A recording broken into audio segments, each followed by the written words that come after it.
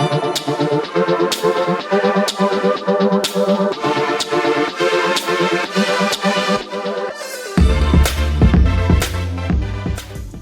അസ്സലാമു അലൈക്കും. അബിൻഡക്കിലേക്ക് സ്വാഗതം. അപ്പോൾ നമ്മൾ ഇന്ന് ഇടുന്നത് ഒരു അച്ചാറാണ്. നെല്ലിക്ക ഒരു 1/2 കിലോ, ഒരു മാങ്ങ, വലിയൊരു മാങ്ങ കേട്ടോ. ഇത് ഈ സോത്തമാങ്ങ ഉണ്ടല്ലോ, അതാ കേട്ടോ.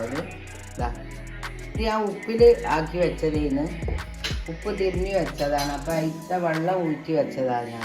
ഇതാ പിന്നെ പച്ചമുളക്, ഇഞ്ചി, വെളുത്തുള്ളി, കറിവേപ്പിൻ്റെ ഇല, കായം. അപ്പോൾ ലേശം എണ്ണ, നല്ലെണ്ണയിലാണ് ഇടുന്നത്. എണ്ണ ഒഴിച്ച് എണ്ണ ചൂടായി വന്ന് ഒരു ഇത്ര കടുകിട്ട്, ഈ കടുക് പൊട്ടി വരുമ്പോൾ നമുക്ക് ഇഞ്ചി വെളുത്തുള്ളിയൊക്കെ കണ്ടിടാം.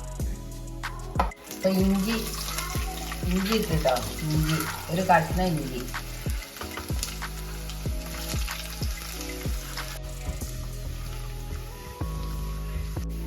വെളുത്തുള്ളി, പച്ചമുളക്, ഒരു 4 പച്ചമുളക് ഉണ്ട് കേട്ടോ. അത്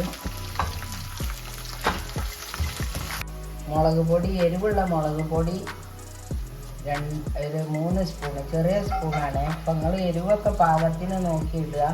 പിന്നെ മഞ്ഞൾപ്പൊടി, കുറച്ച് മഞ്ഞൾപ്പൊടി കുറച്ചിട്ടാൽ മതി. കായപ്പൊടി, ഉലുവാപ്പൊടി ഇതും കൂടി ഒന്ന് ഇട്ട് ഇളക്കണം കേട്ടോ.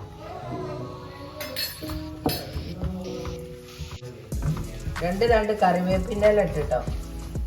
നമുക്ക് ഈ വെള്ളം ഇതിലേക്ക് ഒഴിച്ചു കൊടുക്കാം.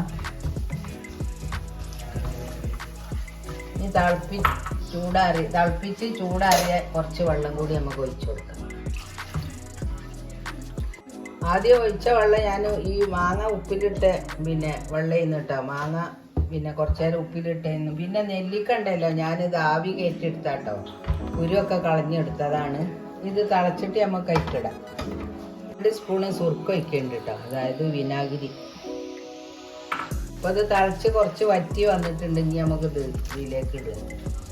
ഇതിപ്പോൾ ഒന്ന് ചൂടായാൽ മതി കേട്ടോ. കാരണം ഇത് രണ്ടും ഏകദേശം ആയതാണ്. നെല്ലിക്ക വെന്തതാണ്, മറ്റേത് ഉപ്പിലിട്ടത് കൊണ്ട് നല്ല പോലെ ഒന്ന് റെഡിയായി വന്നിട്ടുണ്ട്. ഇനി ഒന്ന് ചൂടായിട്ട് നമുക്കുണ്ട് ഇറക്കി വെച്ചാൽ മതി.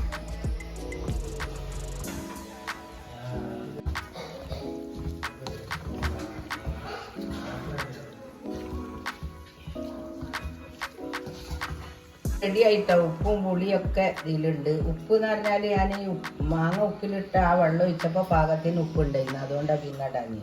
അപ്പം എല്ലാവർക്കും ഇഷ്ടപ്പെട്ടു എന്ന് വിചാരിക്കണം. എല്ലാവരും സബ്സ്ക്രൈബ് ചെയ്യുക, ലൈക്ക് ചെയ്യുക കേട്ടോ. അത്രേ ഉള്ളൂ. അപ്പം എല്ലാവരോടും അസ്സലാമു അലൈക്കും, നന്ദി, നമസ്കാരം.